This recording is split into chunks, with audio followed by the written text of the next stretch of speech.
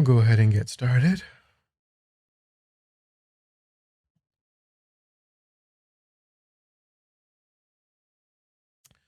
Let's start just by taking a moment to settle the mind and the body. So we just sit comfortably with an upright spine and try to feel as though we are transitioning into a more meditative space, kind of leaving the busyness and the worry of the day behind. Just telling ourselves that there's nothing to think about or do right now.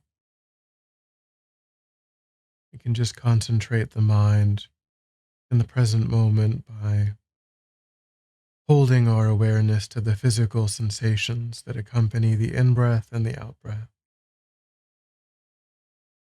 Noticing as quickly as possible when anything other than that physical sensation is arising in the mind, and just letting that go and bringing our awareness back to that sensation again and again, trying to lengthen the amount of time that we can spend holding to that sensation without distraction.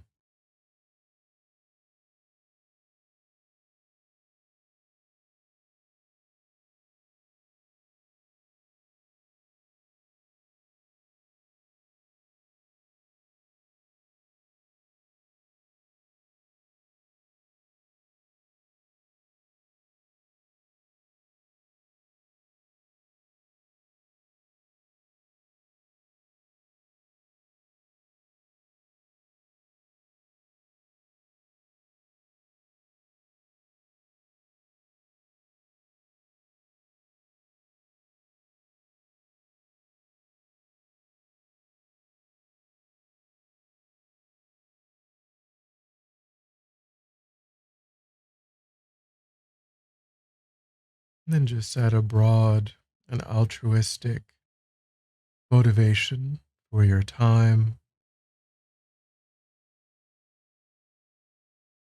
thinking that our purpose is to try to find tools and techniques from the material that we can start to put into practice to connect with a broader sense of contentment and peace, but that wanting to do that isn't for our own benefit alone. When our mind is more calm and peaceful, we're able to be of greater benefit to others.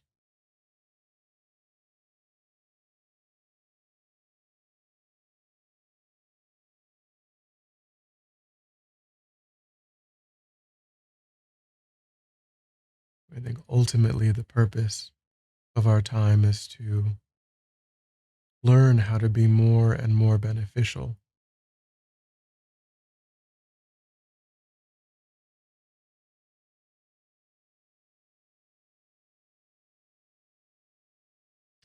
All right. Good afternoon.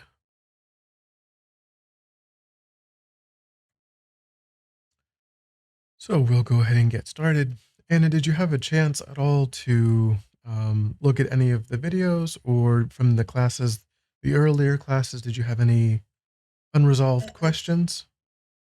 I just finished class 5 about 10 minutes before I tuned in. Hi, KJ. Um, and what I found interesting, oh, my mind's gone blank. And what you were talking about at the very end, um, it was a few points. You were talking about using the tools to lessen your suffering. You know, if you feel hurt, if you feel it's justified. And I think in my personal life, that's what I have been doing more and more so. to lately. And instantly, when I'm in that pain and suffering, thinking of my maths and get, literally going to it, which is it's a massive turnaround. Sometimes I'd sit staring at TV, watching music, listening to music, for an hour before I get up to do something about feeling that was disturbing me if it wasn't my practice time. So now I'm just, even if it's 5 minutes, and it's transforming me. I must say, at the minute, feel a bit out there sometimes. Rabina keeps me in check as well, so it's all good. Hello. Welcome. KJ, is that your name? Is that what? Yeah, that's the name people call me, KJ. Nice to meet you. So this I don't know. It's a K handle. you should be able to change it, but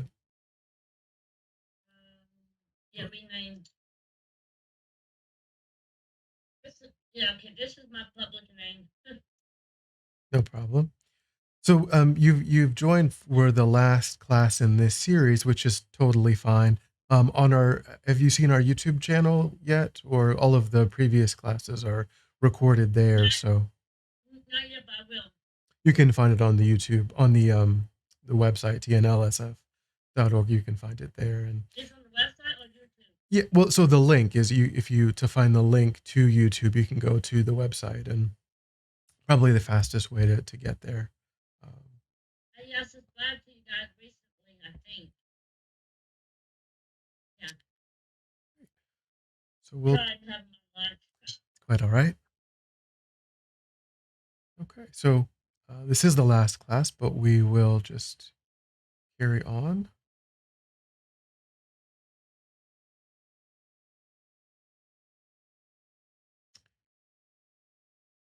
So this is kind of as Anna was saying before, kind of in the last, some of the things that we had talked about before in the last class. All of the material for these classes are related to reworking the definition that we use of happiness, and not thinking of happiness as something that is by its own nature transient and fleeting and dependent on coming together with something outside of ourselves, but rather thinking of it as something that can be trained in and can become more stable and can pervade our experience of life when we start to think of it as an internal mental state that exists independent from what is happening around us. So we had talked toward the end of the last class about, and we'll talk in more detail, how, and as I mentioned, and I'll mention again, that this kind of topic is getting at something very, very deep and profound in the teachings. The idea, the relationship between suffering and what is called ignorance in Buddhism, sometimes called fundamental ignorance or ignorance. This misunderstanding that we have to deal with, that is kind of baked into how we relate to everything that is outside of ourselves. When we cognize, when we apprehend things outside of ourselves, we tend not to do it in a way that's fully accurate, in a way that's completely in touch with what's there. We tend to layer on top of what's there a sense of projection. Here, Lama Zopa says, believing your hallucinations is the foundation of every harmful thought, word, and deed. So here he often uses hallucination to refer to this projection that we layer on top of whatever it is that we cognize. And he's saying here that the the most worthwhile battle to engage in is the battle with our own ignorance. And that that kind of victory, because of course many people, and we've talked about how one of the major distinctions between this way of thinking about happiness and sort of the more cultural view that we're given is that the more cultural view very much is related to having high status, having reputation, having wealth, having comfort, uh, and getting all of those things is sort of the pinnacle of achievement in our society. And therefore, it's thought that that is the kind of happiness that we should pursue. But we can see, I mean, just looking at society, we can see that all of the people who've done that still suffer from all of the same internal sources of dissatisfaction, of jealousy, of covetousness, of ill will, because that's a very surface level antidote to suffering. And it's a very surface level definition or understanding of happiness and suffering. And so, getting at the heart of that process is trying to overcome those internal constricted, painful states that really are the cause of our suffering. And here Lama Zopa is saying that that's the creator of samsara, that's the creator of cyclic existence, is this fundamental misapprehension. And it is the empowering condition that gives rise to every unskillful action of thought, word, and deed.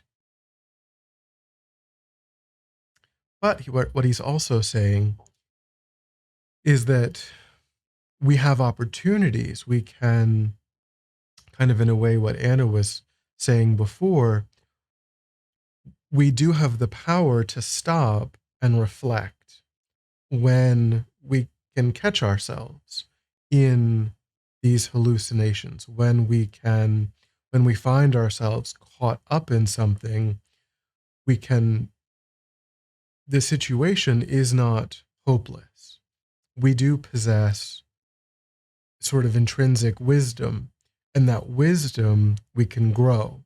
That wisdom we can train in and we can develop, and we can fan that spark into a really stable flame that we can use to kind of burn down the root of those delusions. Because we've talked in the previous classes about just sort of interrogating, stopping and interrogating how is the situation appearing to me, and how am I appearing to myself in that moment. The real trouble that we get into tends to be when there is no stopping and reflecting, when there's just impulse, and when we just follow impulse. Because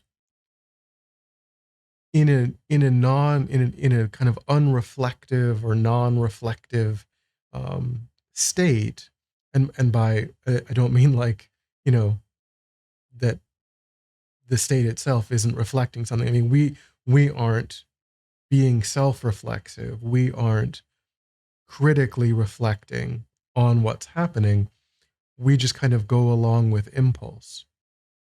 But it is possible, and again, starting in all of these sorts of trainings that we've been talking about, we always have to start with the small things, the things that don't trigger us in the more intense ways.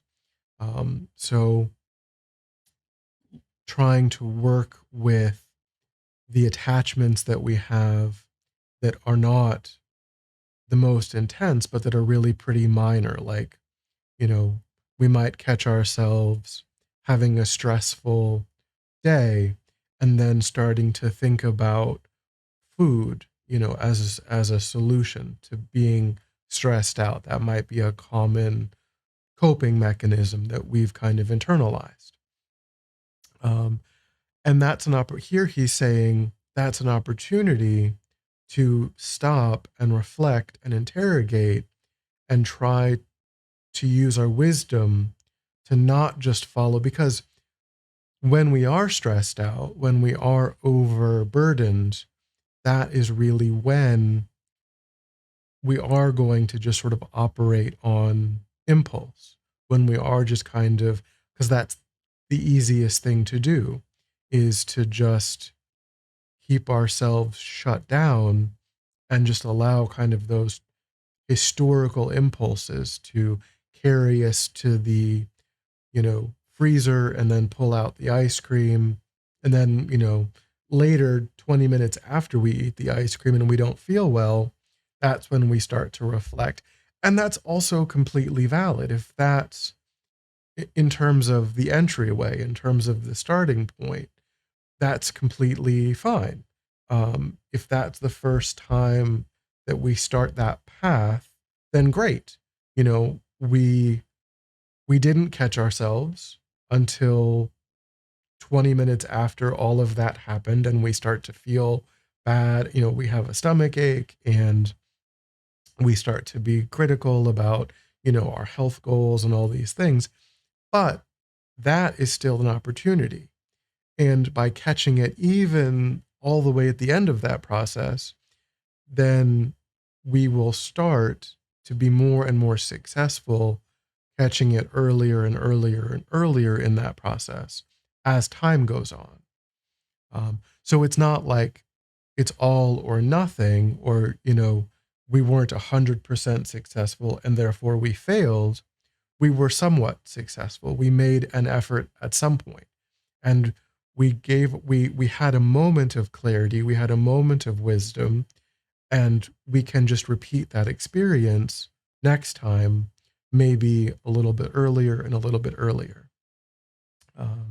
And then he says, again, reflecting, or, looking back at what we said before, this idea of a mental training of, instead of when something is difficult and painful, if we tell ourselves as a mental training, not in terms of actually thinking that we change anything for others in that moment, but as a mental training, thinking, I'm taking this difficult circumstance willingly, voluntarily on myself for the benefit of all other sentient beings who are in a similar situation, then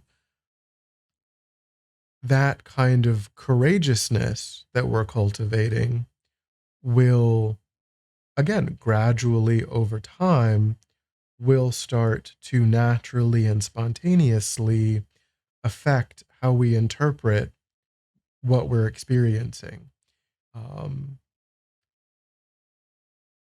Because it's a direct antidote to the way that the ego wants to relate to the situation, which is, this shouldn't be happening to me. Why is this happening to me? I don't deserve this to be happening to me. That kind of lens is our kind of default lens, but that gives rise to painful states. This more courageous attitude will reduce that painful way of relating to the experience.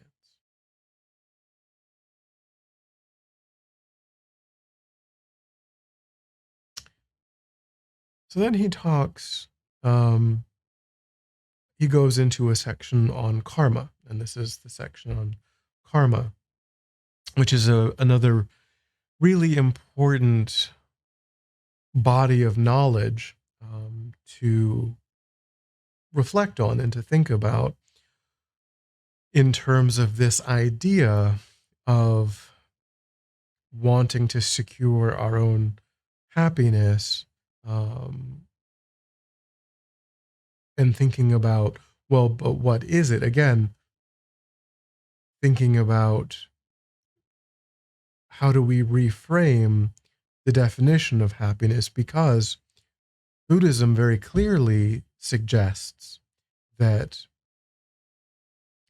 we think that if we just accumulate more and more things, we will be happy. If we accumulate experiences and comfort and friends, then that will give rise to happiness. But what Buddhism suggests is that our ability even to do that is a karmically driven process. And the karmic causes of that, even that kind of success in having access to comfort, having access to resources, and so on, has depended upon having created the conditions to do that in past lives.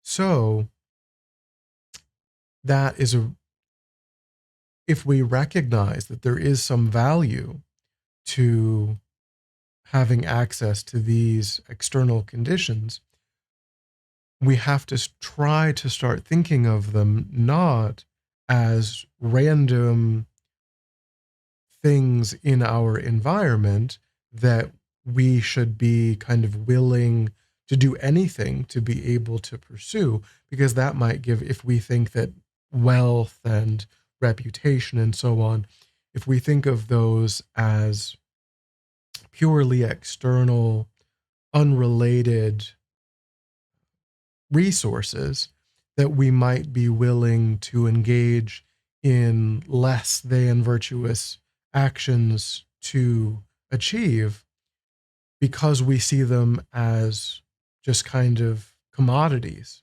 that exist independently, then we're not actually creating the causes and the conditions to what we're doing is we're perhaps engaging in non-virtue, and we're exhausting previously accumulated virtue, and we're not replenishing that with present virtuous actions. So that's one kind of train of this karmic wisdom to understand. But another is the effect of virtue and non-virtue in our own mind. Just the follow-on effects in our own mind of what we are choosing to become familiar with. Because every moment, every action that we engage in is an opportunity to become familiar with something. And it doesn't really matter what the action is. The action can be a completely mundane action like eating, or going, meeting up with a friend for lunch, or whatever it might be. All of those, everything that we do in a day can be motivated by the wish to bring benefit, or the wish to just either use other people for our own ends, or to just gratify our own desires. And those states, those motivations, have certain kind of energies associated with them. The wish to bring benefit, the wish to help, has a certain kind of energy associated with it. And any action that we do motivated by that kind of energy will have follow-on effects in the mind that persist even long after that action has been engaged in. And it doesn't even matter if other people are involved in that action. We might be doing that. That might be something just that we're just doing completely alone, eating, by ourselves. If we transform that act of eating, that we feel like, well, this is just a mundane action, doesn't mean anything. No one's here. There's no one to benefit. There's no one to harm. So this is just sort of a throwaway part of my day. Buddhism says absolutely not. There's really no such thing as an intentional action that has no follow-on effects. Um, we can transform that act into an offering. We can think, I'm not just eating ordinary food just to please the senses, but I'm turning this into an offering to my spiritual guides, to all of the Buddhas and Bodhisattvas, and I'm strengthening my body in order to practice virtue, um, rather than, I'm stressed out and I'm anxious, and so I'm going to turn to this thing because I just want to find a way to have some pleasant sensations um, in my body to distract me from being. So the action's the same. We can eat the same food or do the same thing, but the follow-on effects are dependent upon how what we're motivated by. Uh, any thoughts or questions so far?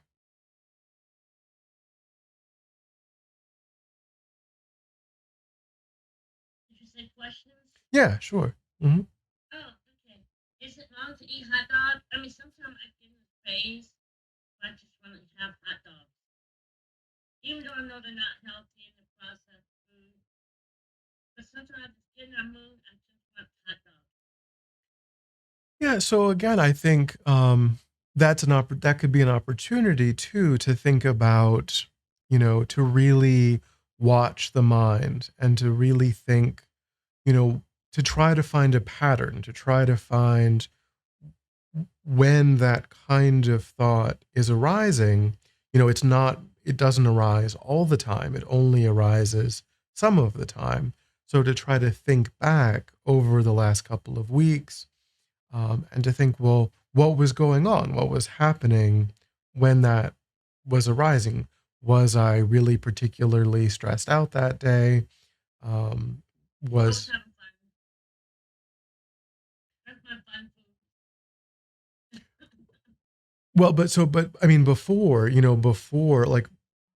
you engaged in that, of course, what was it when you thought, right now I'm not having fun, and this will cause me to have fun, to really think about that process, to really go before and to try to track it back and to think, what was it about that moment that didn't seem fun to me? What was I trying to improve upon?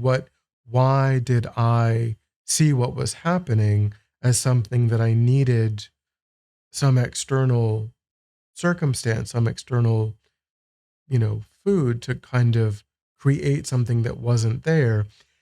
And is it possible that I can find, when that arises next time, can I find a solution that will also bring me enjoyment, but maybe doesn't have any negative consequences? Like, for example, doing a meditation.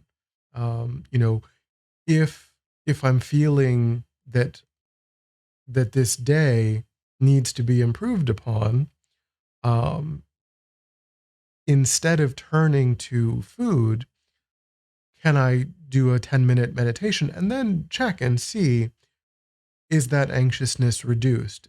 Have I, mhm. Sometimes I just don't want to cook or I get tired of my own cooking. The hot dogs give me a nice little break. I mean, Sure. I don't eat too many of them and I don't eat it all the time. It's just, one of those foods. Do Buddhists allow to just enjoy food? Just enjoy it? Sure. I would say, of course, we also shouldn't be too hard on ourselves and think, that every single thing that we do all of the time has to be, the right, to judge every single thing that we do. Um, I would say that we, but it's also true that it's possible to not think of the enjoyment as being dependent, because in a way we're giving up our own control. If we think, well, I can only enjoy certain foods, right? And I can't enjoy other foods. I can't derive the same level of enjoyment from something else. That's kind of a story that we're telling ourselves, because we give so much power to the physical aspect of it, the actual taste, you know, whereas what all of, and again, so all of the previous classes are on the YouTube channel. So maybe, over the next couple of weeks, if you wanted, you could, try to take a look at those and see some of the other things that we've talked about in the earlier classes. But in a way, what all of this whole book is trying to get us to see is that if we tell ourselves that I'm only allowed to be happy when there are some specific external conditions that are arising, and that I definitely won't be happy when there are other conditions that are arising, then we're giving up all of our control over our own contentment. So, what I would say is that it's possible to enjoy all of our food all of the time to the same degree, that we don't have to think, because if we reflect on gratitude for the food, if we reflect on all of the kindness that other sentient beings gave to us in providing us with that food, if we transform it again, if we try to think about transforming it into a practice of offering, we can make even just a cup of water, into a much more pleasant experience, because all of those mental states by themselves are pleasant. Those mental states by themselves are spacious and expansive. Whereas the mental state that kind of says, well, this is a flavor profile that I like, and this is a flavor profile that I don't like, and I'm defining happiness as, is this flavor profile this or this? That's a much more narrow state, and it's not inherently pleasant. It's not stable. It's very dependent on what's happening around us. So, I mean, all of these things take a lot of time, and they take repetition, and they take cultivation. So we all just have to realize that we're starting in different places, and this is just something to kind of play around with. This is just to take it in a light, not to take it in a heavy way, in a moralistic way, in a kind of you should or you shouldn't or you must or you mustn't, but to have a light kind of playful attitude about these kinds of trainings. And think, well, what would it be like? Just to like run experiments in our own, to use our mind as a playground for experimentation, and think, well, I don't really, I am eating something that is maybe healthier or isn't my comfort food, but I do know that it is healthy and it is helping to support my body. And if while I'm doing that, I think about the kindness of others and I think about making it an offering, how is my mind different now? And is my mind more open, more spacious, and and then if I can start doing that again and again and again, and with tea and with coffee and with water, and um, can I get into new habits? Can I really try to cultivate different habits that might cause me to have a more stable kind of happiness? But, again, we shouldn't beat ourselves up, and think that we're doing it wrong, or that this is bad, or just to kind of have an experimental and playful attitude, I think, is the healthiest. So 10 minutes of meditation will help me not to eat the wrong foods that I feel tempted. Can you say more about what you mean? I said, are you saying that 10 minutes of meditation will help me not to eat the wrong foods when I feel tempted? Well, I mean, maybe not right, not maybe not the first time, maybe not right away.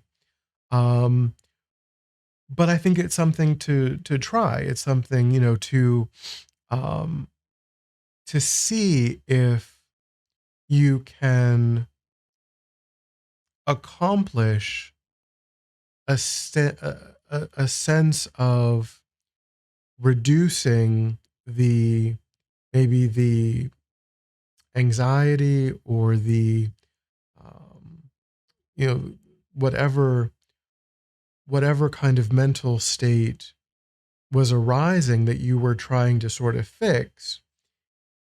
If you can reduce that with a 5 or a 10-minute breathing meditation, just to notice, just to do that and then to see what it's like. But it's also true that these processes of inner transformation, they do take time. Um, and I'm so, doing a lot better. oh, good. I don't eat ice cream and dairy anymore. I'm trying to eat for my health, and I just want to make sure that after I see my doctor that I'm not going to go crazy with the wrong thing.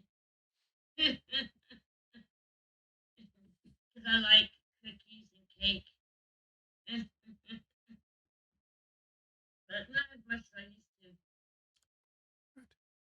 But I do have one major problem. Um, I'm okay. I understand pausing is very important,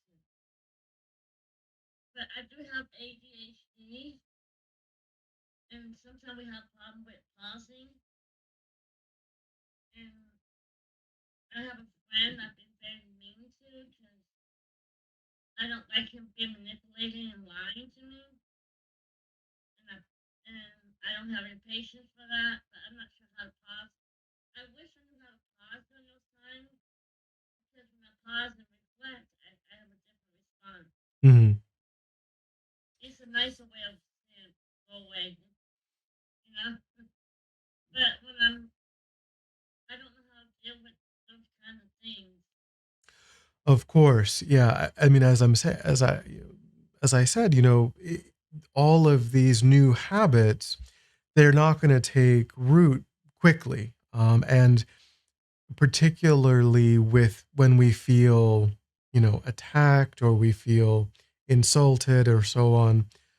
Those those are very powerful triggers for ill will, for these kinds of less than constructive states that we have habits of.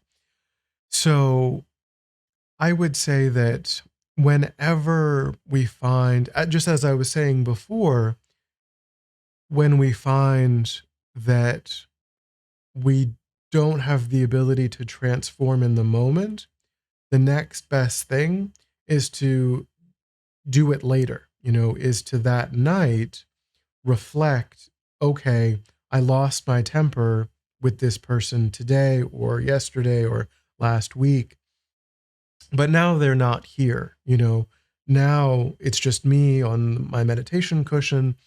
And so it's safe to kind of recollect what happened. And I can imagine doing it differently in my mind, in my imagination. What would it have been like if I had said, if I had um, said the right thing, or if I had expressed myself differently, if I had said, when you say this, it makes me feel this way. Could you please try to be more considerate about this? Or, um, I try. He don't listen to me. He violate my boundaries. mhm. so it, Can a Buddhist be friends with someone like that? Because Buddha said that's a bad friend. So it may be, so of course, it may be that ultimately we do have to withdraw from certain situations that if we feel like we just don't have the capacity to transform a situation, then it may be that we need to pull back from that interaction. And at the same time, what I would say is that we should make an effort to keep trying it, not necessarily in the engagement with that person, but at least separately to try to cultivate positive thoughts toward that person, to recognize that this is a person who, because we all struggle with some less than ideal behaviors. We all struggle with ill will to some degree. We all struggle with impatience and so on to some degree. So it isn't like there's this evil person out here who's completely different than all other people. They're not different than me. And so what we try to do is to separate who the person is at their core from the actions that they're engaging in that we really have a problem with. And to see that these are. He behaves like a narcissist. Mm-hmm. And that's kind of scary. So it could be so some people, really truly will never have control over some behaviors. That certainly there are some people who just don't have the ability to be in control of some aspects of there are psychopaths in the world, there are sociopaths in the world, there are narcissists in the world, and they really will persistently just intrinsically lack the ability to censor their own behavior. That just is a fact about how some people are. And so the only choice that we have, we are never going to succeed in affecting their ability to censor their behavior. We aren't even that good at censoring our own behavior. But the only thing that we can have any control over is our reaction to that. So if we feel like we really just lack the ability to be around that person, then we have to take responsibility for giving ourselves that space. We're cutting off that interaction and saying, I just can't. So if I'm putting myself again and again in this situation where I'm being harmed, that's my fault. We have to say, this person may not be able to censor themselves, but I can choose that I can make the decision that this isn't something that I'm capable of being around. And so I'm not going to be around it anymore. But I'm going to try to think about making the changes to my own mind. That sounds like wisdom. I can understand that. But will a non-attachment allow me to be friends with him if he's a good person with bad habits? I do think that over time, Buddhism would suggest that if we really put effort into separating the destructive actions from who that person is at their core, and also trying to reflect on softening. We've talked before in the previous classes about the idea of softening how we relate to our identity. That's a very difficult thing to do, but Buddhism does say that the mind has no limits, that the mind, if we really put time and energy and effort into cultivating our own qualities, we will be more and more successful in doing that. So there can absolutely come a point where another person's destructive actions won't be something that we're so bothered by. But if that isn't our present experience, then it's perfectly fine to say, I just won't expose myself to this toxic interaction, but I'm also going to try, separate from being involved, I'm really going to try to have good thoughts about this person and work on what my part of that is. Um, because it could be that the other part of that will never change. Yeah. So I can, once I learn non-attachment with him, I can just remember I can't change him, but I can change my response, Mm-hmm. my reaction to response. Yeah, I would love to master that. He really is a good person. He just manipulated. He's a manipulative good person. And he likes to play the victim sometimes. But he really is. He's not a real narcissist, I don't think. I just think he just has some narcissistic behavior. Mm-hmm. So, so that makes a difference, right? Yeah, so that way of thinking, I think, certainly is the right track. To really try to, because the more that we reflect on the traits that people have that we find challenging, then every time we see that person, we're going to conflate that person with those challenging traits.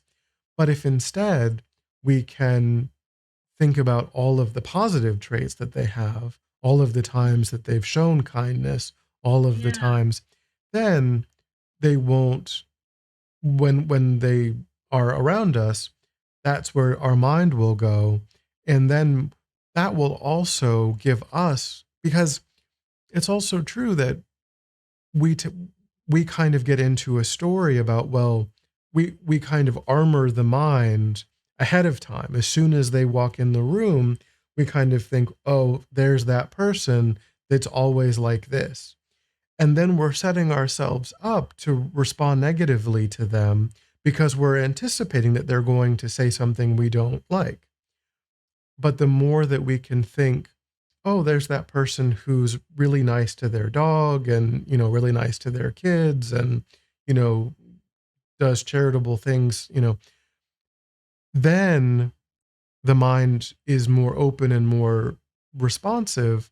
And then even if there's some negativity that might be directed toward us, our mind is in a calmer, more open state when that's happening, which might help us to um, to be able to not respond to that harm with our own harm. We might be able to relate to that more constructively. Yeah, he's normally a good person. It's just when he makes commitments, sometimes he turns it to chaos, Sure. and then he try to cover it up. I've been manipulated. I'm not used to him being like that. But then again, we never tried to do things like that together before. So now I understand this is how he is. I can avoid such situations. But is there anything I could do now while I'm away from him? Because he keep calling my friend asking about me. And I want to show him love, but I just can't get around him because um, my doctor appointment's in August, and I don't want to screw that up. And whenever I'm around him or thinking about him, it's my things that showing me that, I need more time. But when I'm away from him, my healing process continues on. And I need to be full. I need to be really healed by August 3rd. But is there anything I could do to in his son help him not to suffer our separation while we're separated? Yeah, so I mean, I think maybe if you were to do like the meta meditation, where what they call the friend, enemy, and stranger meditation. So using him as the difficult person in that in that meditation. So what you would do is you would start by thinking of someone that you naturally find that you naturally have a No, kind of not my suffering. His suffering. I'm trying to end his. so Well, face-to-face contact. I'm not ready to talk to him until April. I mean, till August. Should I buy him a love letter? Wish him peace? Or should I leave him a voicemail? I don't know. What should I do? yeah, I don't know. um I don't want him to suffer because of me. Um, and because I don't want to suffer either because of him. So I had to do what I had to do to be happy. You know, because happiness is part of the healing process. mhm, You know, because I'm trying to do something that prevents surgery, and it's working. But as long as I stay happy and cheerful and thinking of others, I'm doing great. I haven't had any problems since I talked to him. And that's been what, a couple of weeks. So I'm really doing good. But I just don't want to jeopardize it by connecting with him like we used to. mhm. But I do want to do something kind and compassionate to help him not to suffer.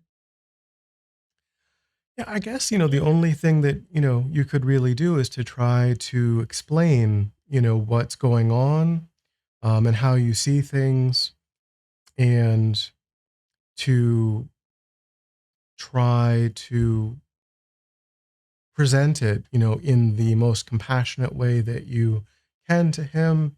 As you're saying, maybe in an email or a physical letter, um, where you just kind of say, this is what I need to do because I'm really trying to focus on. So, I'll be able to maybe follow up with you in a few months, but for now, you shouldn't expect that I'll be around. And but to make sure that he doesn't see it in a really judgmental or negative way, to just sort of help him to see it as part of your health journey, and to give him the kind of understanding that it's not um, something that you're doing to punish him, or that you're trying to cause harm in any way, that you want him to just sort of see it as you're taking a break to focus on your own health and your own healing. And you hope that, he's able to see it in that way. But also, we have to recognize, again, in the same way, we also have to recognize that we have a limited role in how other people interpret things, and that all we can take responsibility for is not being mean spirited, not being intentionally malicious. And if other people are going to take it how they're going to take it, and all we can do is try to be clear and upfront and transparent, and come from internally a place that isn't one of ill will or isn't one of maliciousness. And if other people are going to take it personally or be wounded by that, that really is a reflection of their own mind, and it's going to be what it's going to be. And all we can do is kind of reiterate that we're not intending it that way.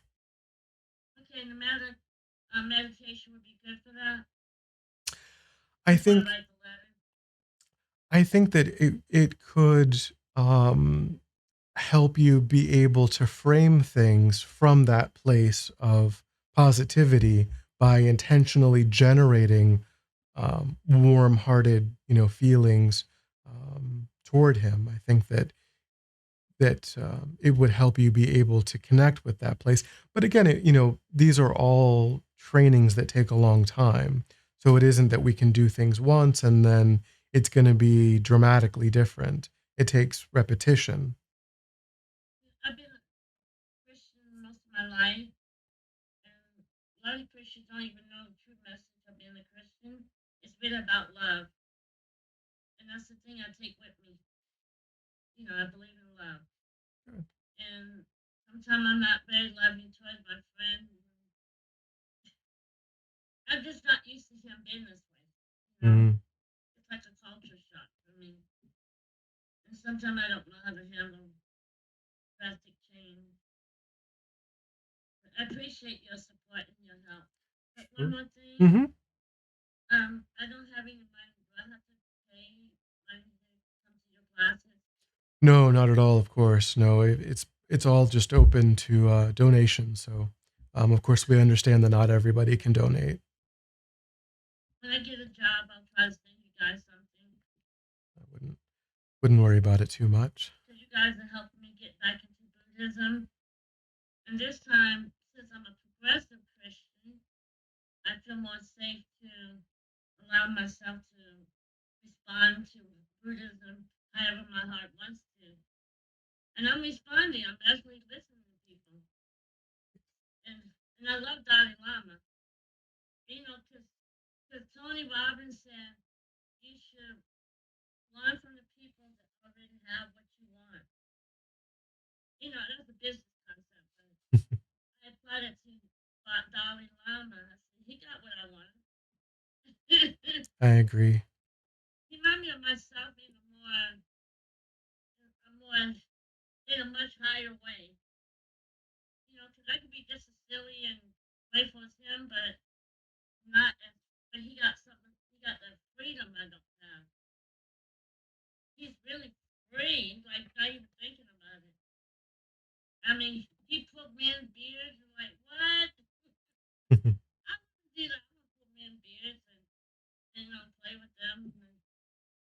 And you guys can help me be like that. Let me bring that side of me out more. It's in there because I used to go to a church for about 17 years that kind of killed that side of me. Mm. And so now that side of me's coming out more. But I want to get to the level like Dalai Lama. It's a slow process, but all the time, not just sometimes, but all the time. And I want to learn whatever it is that you guys teach. And you guys love Dalai Lama, right? I made sure of that before I even contacted you guys, because I know there's some Tibetan Buddhists that's not into Dalai Lama, and I don't want to get in the middle of politics or get enmeshed in people's religions. I'd rather just learn the philosophy, but it's safer just to learn from people who's in harmony with me, loving Dalai Lama. Because I don't want conflict of interest. mm-hmm. And you guys let people come there in Santa Fe? It's not open right now, but I think maybe in late September or October, then it'll be physically open, I think. But no, not right now. Are you guys, do you have your meetings in the daytime or at night? So the schedule is there on the website, and there's classes from starting at. In person. So again, not right now, and I don't know what the plan. I don't know what the plan specifically is for the reopening in terms of. I suspect that it won't only be at night, but I don't. There really haven't been a lot of conversations about the in-person schedule. I'll So just wait till I get a new car and then check in with you guys. I used to go to Vipassana until they moved away and my car broke down. I like them too. But they don't seem as cheerful as you guys. I don't know. Happiness is one of my top five. Happiness, compassion, service. I'm learning more. Happiness, compassion. Love and compassion to me is going hand in hand. Like Christians use the word love, Buddhists use the word compassion. To me, it's the same message. Mm-hmm. Um, so that's very, very, very happiness. Being playful and silly. That's very important to me. And I want to be happy. I just want to be blissful. Like, Sadhguru. He taught me how to be blissful, and it was nice. It was like being high all the time, but it didn't feel realistic. It made me very confused. Like, wait a minute, if I'm blissful all the time, how am I supposed to be practicing compassion and feeling people's pain? So I would like to be able to be very happy and feel sad when I need to for others. Or sadness not an ideal thing. Well, so I think that we need to be open to the suffering of others, absolutely, and we need to be able to respond constructively to the suffering of others. Um, and so we need to understand it and empathize with it and be open to it and be able to respond. Um, and certainly not to be disconnected from it and to allow it to touch us in a deep way. But I think also it's still possible to, like you're saying, like with His Holiness, the Dalai Lama, he is, of course, a very joyful person, all of the time. But he's also experienced incredibly difficult circumstances, having I lost his know. country, um, and yet, he's still able to act from a place of real bliss. So I don't think that the two are in conflict. I don't think that there. I mean, we can just remain disconnected. That's true, and that's something that we shouldn't do. We shouldn't just try to enjoy meditation for its pleasant effects. That's certainly true, but being in contact with the deeper levels of our own mind while at the same time being open to the suffering of others. But I don't think that it means that we actually have to be in our own distress um, in order to be open to the suffering of others. I Um, saw compassion on Dalai Lama's face. He was going, I'm like, wow. It's very subtle, but I saw it. I'm but like, wow, this man felt compassion. yeah. Unfortunately, so we're out of time for today. Okay. So this, of course, I think what this last slide, is kind of what we've been talking about here, and this to end on this really hopeful and positive note, is that what Lama Zopa is saying is that, like you were saying, is it true that I can reach, these places, and what Lama Zopa here is saying is that it doesn't matter. um, we might look at our own mind and we might only see how far we have to go. We might only see how strong our own delusions are. But what Lama Zopa is saying, that there's always the the absolute potential to completely eliminate these from our mind. Um, so we have to keep coming back to that and keep not getting mired in the delusions, but always recognize that the delusions are completely removable from the mind. Um, and to not lose sight of that very hopeful part of the practice. But that's all we have time for, unfortunately. So very briefly, Diana. we'll just very briefly dedicate before we end. So just have a sense of connecting with your virtuous motivation, and then just letting go of any positive energy that you feel like you've created today. But we've reflected in very constructive ways, and we just feel, may that energy ripen for the benefit of all sentient beings without exception, and may it serve as a principal cause and condition for my accomplishing what Lama Zopa is saying I'm capable of accomplishing, completely eliminating my mind from these obstacles, completely perfecting and achieving my highest state, the state of a fully enlightened being.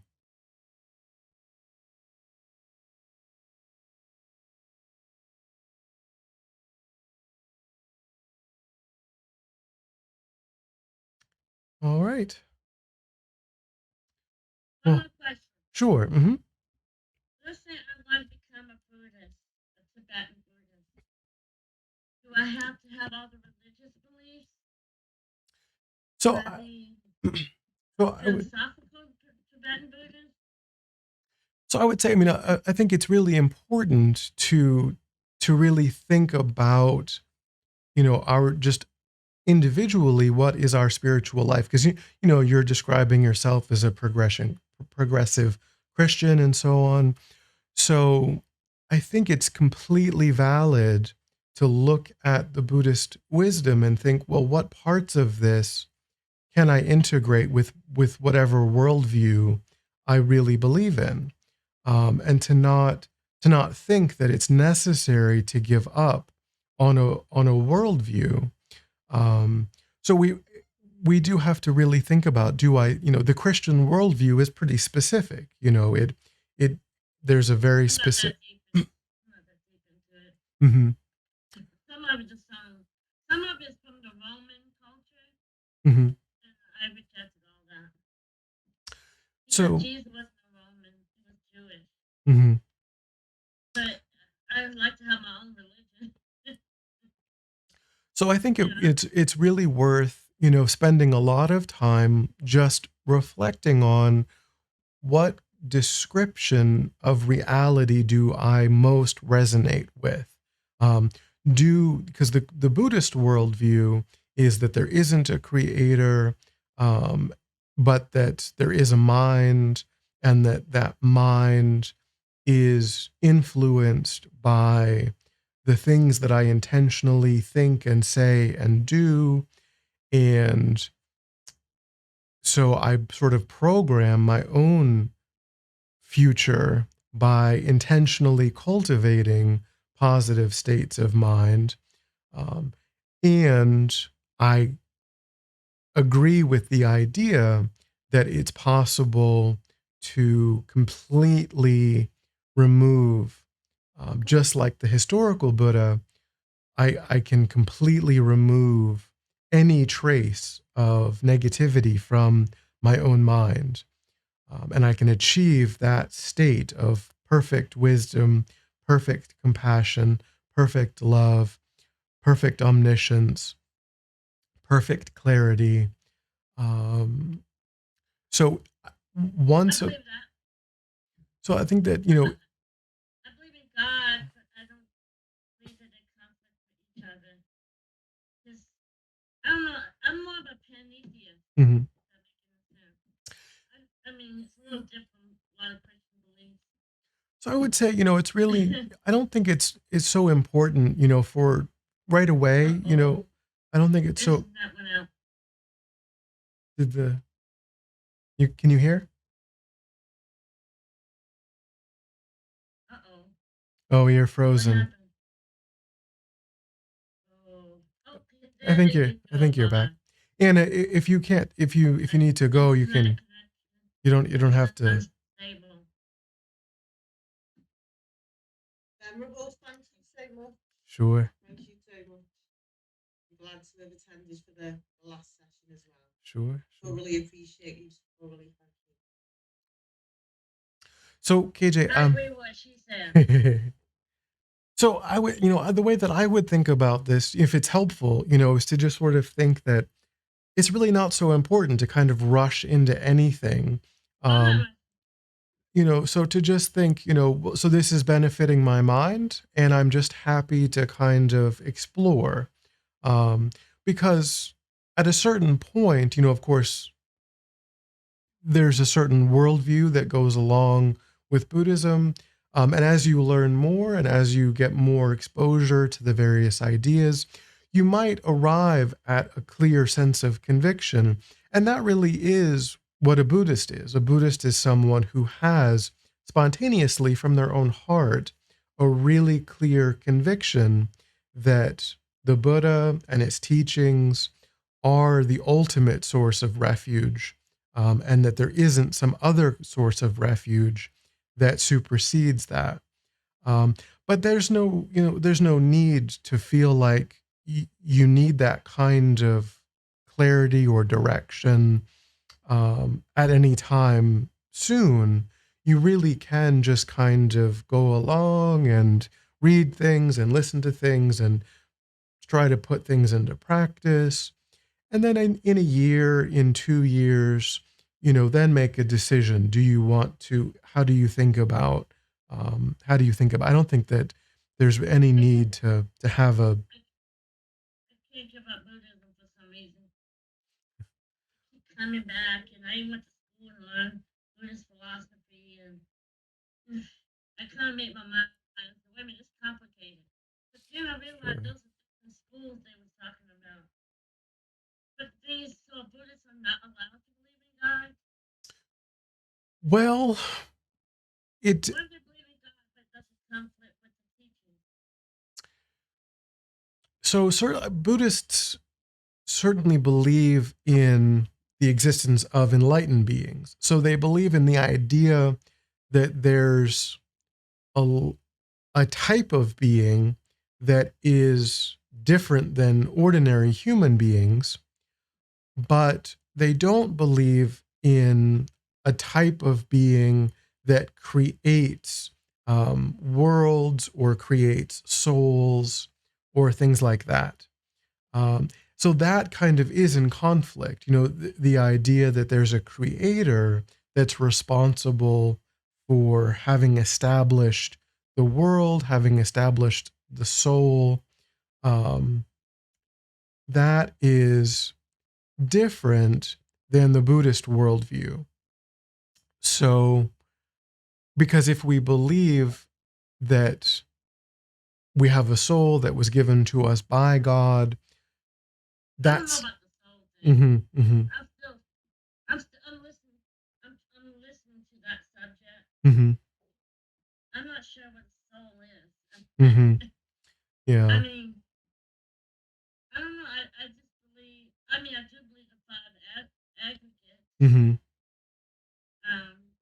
But as far as God being my life all my life, and I don't need religion for that. You know, like if I practiced Buddhism, I wouldn't bring God into it.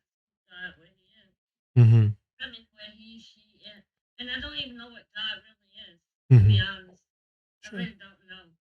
I just know it's something there, and it talks to me sometimes, once in a while.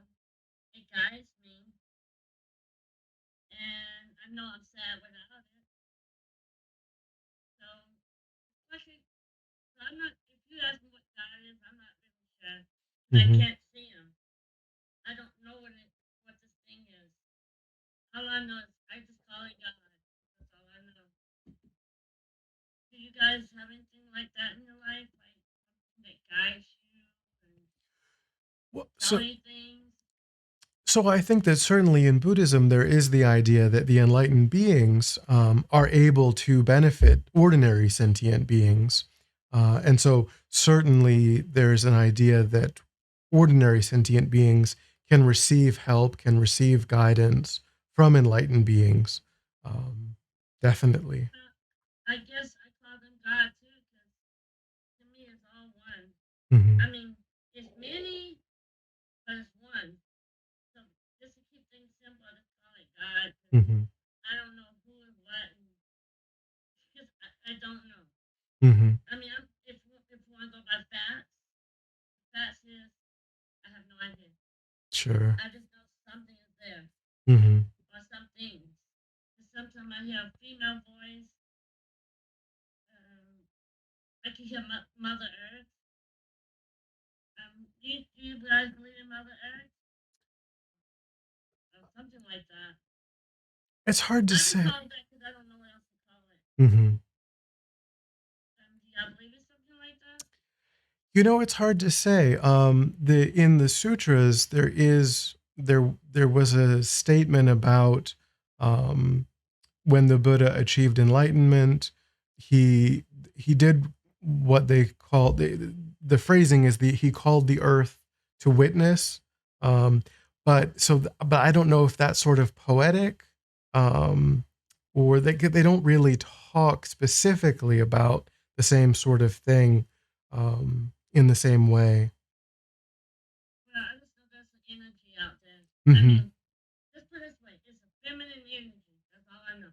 Sure, sure, What is that feminine energy? I have no idea. sure, Unless they show themselves to me and tell me what they are, I don't know. sure. I just know that without them, sometimes I feel very lost because I could be really stupid sometimes or dumb, you know. But when I have this help, I'm very smart and insightful. Hmm. And um, I want to know. I have this. I hope you won't judge me. I have this ability to know things about people sometimes. Hmm.